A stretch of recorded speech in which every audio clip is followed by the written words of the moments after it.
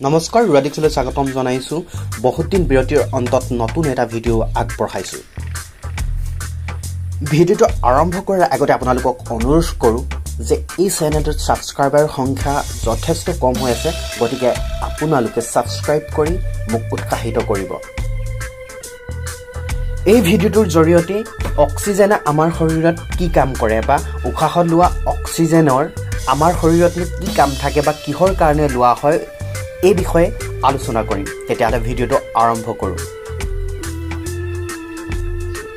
শক্তি পাবৰ কাৰণে আমি খাদ্য গ্ৰহণ কৰো আৰু খাদ্যৰ পৰা আমি আমাৰ প্ৰয়োজনীয় শক্তি লাভ কৰো যেতিয়া খাদ্য গ্ৰহণ কৰাৰ পাছত আমাৰ শৰীৰৰ বিভিন্ন অংগই এই খাদ্যবোৰ সৰল অনুলৈ ৰূপান্তৰিত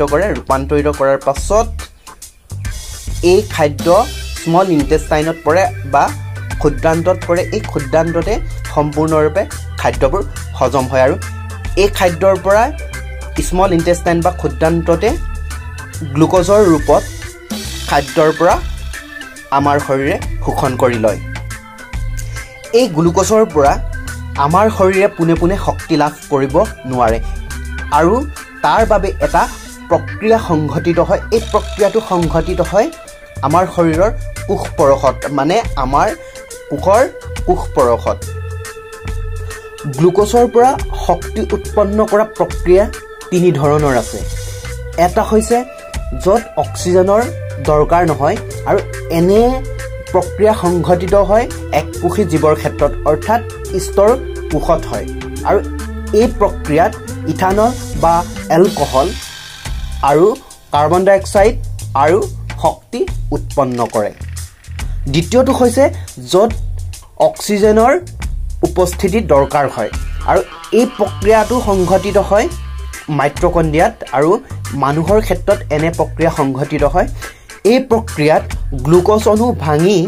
কাৰ্বন ডাই অক্সাইড পানী আৰু শক্তি উৎপন্ন হয় আৰু এই শক্তি হৈছে আমাৰ দৰকাৰী শক্তি